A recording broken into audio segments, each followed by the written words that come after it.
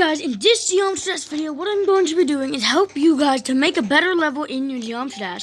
This will help you to get noticed, commented, and get more friends, and a chance to get your levels rated. Now, what else we're going to do? Watch to the end of this video, and I will do a speed build of a level that will be coming out in about 2 weeks. See ya! So as you can see, I have a bland thing right here with a rotate trigger and this. I will explain how to use most of the triggers that I know how to use, and also be building a level out of this.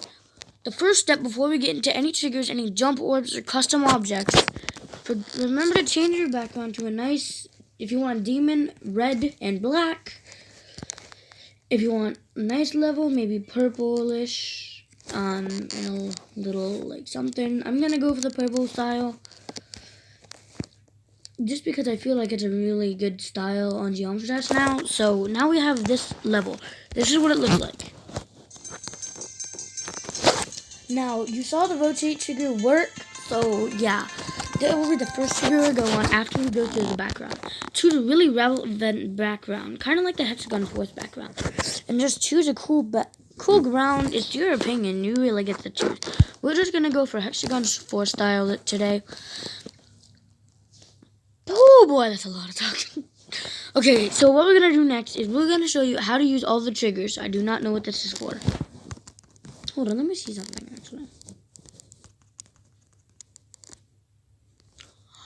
Oh, is this like your own? Okay, so now I'm going to tell you how to use this. What this is whatever object you want, you can add this to your own custom list. I believe. Hold on, let me see if that's what the case is. Plus, hold on, does it have to be a stable object? I don't get it. So plus, oh, you have to place it down, then you plus it, and you can choose that block. It will choose the most recent block that you've chosen. And yeah, so that's that. Next, we're going to go over how to make spikes. How to use the move trigger. I just realized before we get into that, what you want to do is you want to choose a song, a custom song would be the best. One of the songs that I like to use is, if I can find it, Skybound. This song has really good beat to it and also is really nice. So we're going to use that song for this level. I will show you what the level is at the end of this. Okay, 1, the move trigger. The move trigger is simply one of the easiest triggers to use when you first start. What you noobs that are new to this would be, you'd be like, and you'd make the move time like a billion and just put all the business and do that, and then you just do whatever number that is, and then, okay, that was a bad idea. Nope. Then what you're gonna do is probably, well, make like a little face out of this. So just do that. And I'm acting like a noob. I know how to use the move trigger and make good blocks. And then what you want to do is just make mouse. And then what you're gonna do is play the level. Oh wait, I didn't add the group. Edit object 1, add. Okay, there. Then you're just gonna play the level.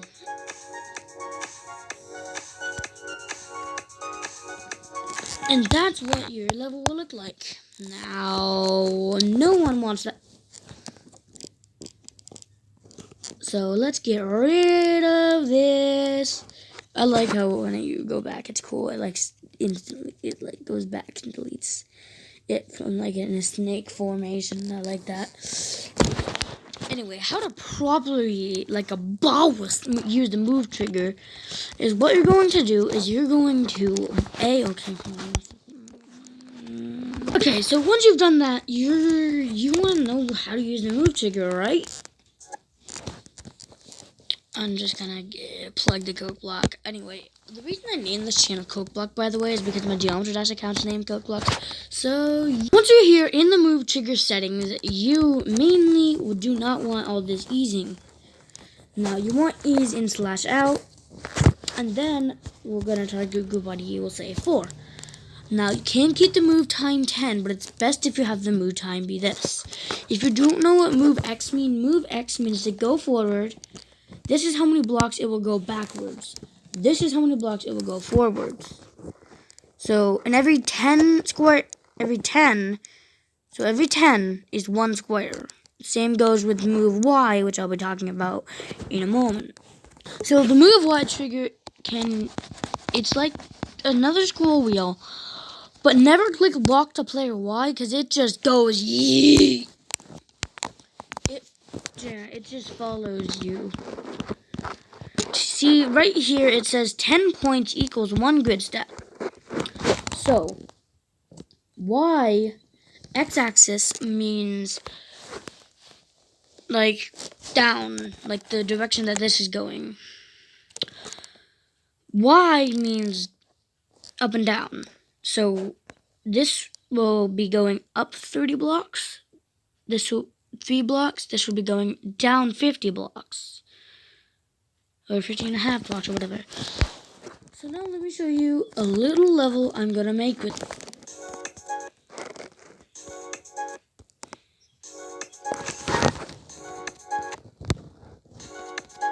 So that's something cool that you can make with the move trigger.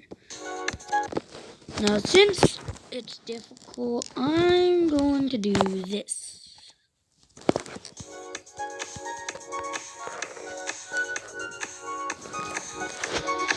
Now you could make it even harder by... Okay, if you don't know how we did this, what I did was I put move Y to 21. Move Y minus 21 would make it go down 2 blocks. Move Y plus 21, or just 21, would make it go up 2 blocks or something. I don't know. So, yeah. That's something you can make. And you could just cheat the system, but it won't work. Now, you could make it a little more difficult by making the time take longer. Now, it can be more difficult. You can make it like a second long.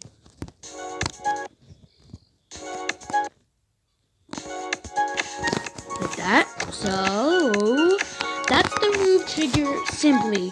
The move trigger has a lot more things you can do with it. And a lot more just cool things, and there's a bunch of other things you can do. Anyway, on to the next trigger, please. The next trigger that I should have explained at the beginning is the pulse trigger. The pulse trigger it can do this. You can you can change the channel ID. That was really difficult for me to say for some reason. You can change the channel ID of a color. Now this is really useful to change the color of certain portals. If you add group 5 in the edit group button, we'll explain these later. So what will happen is this will change color. So let's say we want it to be red. Now since it's a non-color, it's too thin, we need something like a robot portal. Add 5 to that. Why is it not working? Oh. So, if we do this, the portal did kind of change. No, it didn't. That's fine.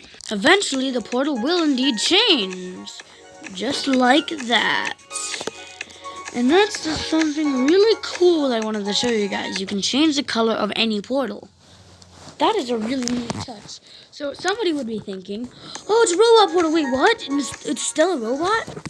When, technically, you can just copy this color. So try to get the right color. Hold on a second. Get it out of here. You can change the color for it to look almost exactly like it.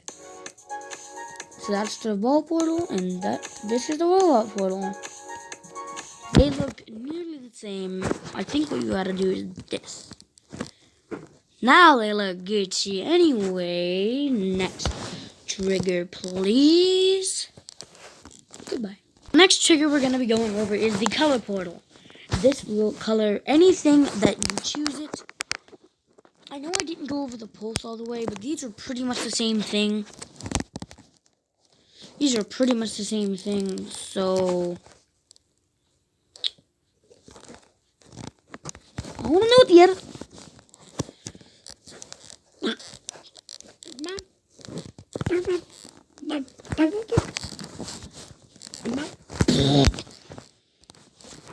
Okay. What we're gonna do is what we're gonna do. Why am I burping so much? Okay, so since these are exactly the same, what we're gonna do is we are going to show you the rest of the pulse. BG, ground 1, ground 2, line, object, 3D line, player 1 and player 2's colors. No, it would change it to player 1 and player 2's colors. Or player color 1, player color 2. Okay, so yeah. If I did background, it would change the background to, let's say, red for 6 seconds. As you can see, the background's changed to red for 6 seconds. And that's just something neat you can do. So, that's the best of that. And you probably get that one. This is the exact same, but it changes it for the whole entire game. Until you change it back. Now, we could go, like, a magenta color. And then we can do blending. And this is what it would look like. It would change the whole entire thing till the end of the level, till the beginning of the level, till you hit the trigger.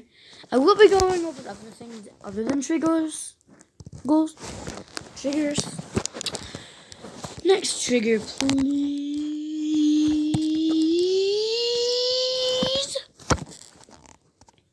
Next trigger is the alpha trigger. The alpha trigger is one of the simplest when you learn it triggers to use.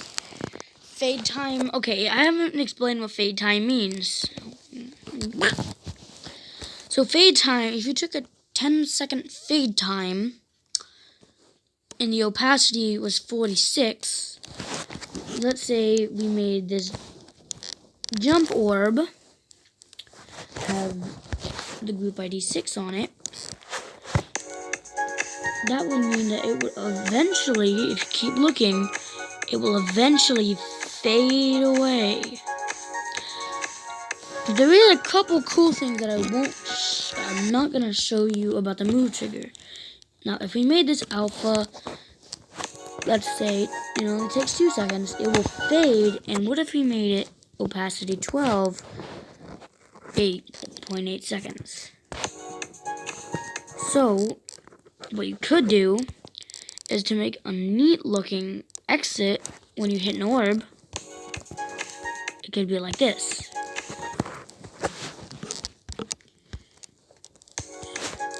So let's move the orb down. You could be like that, and once you hit it, it will begin to disappear just like that. Because it will take a minute for it to fade away. Next trigger, please. Okay, before I do the next trigger, I just want to show you what you can do with the move trigger. So, this is actually in one of my levels that I'm trying to verify currently. And it will change to make all of the triggers disappear or fall. So, let's say we added, I don't know, 5 to this, using ease in slash out. We make this, and then we say it goes down, we'll say 4.6 blocks.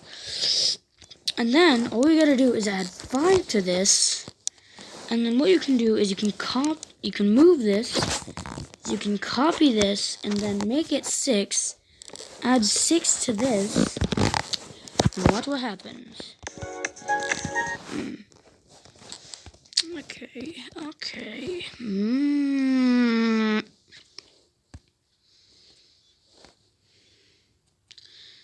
Okay, so this is what will happen.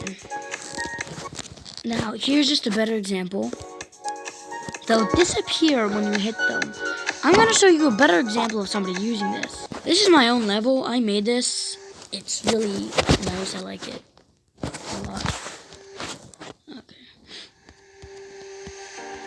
So, bam, you can see the usage of that right here.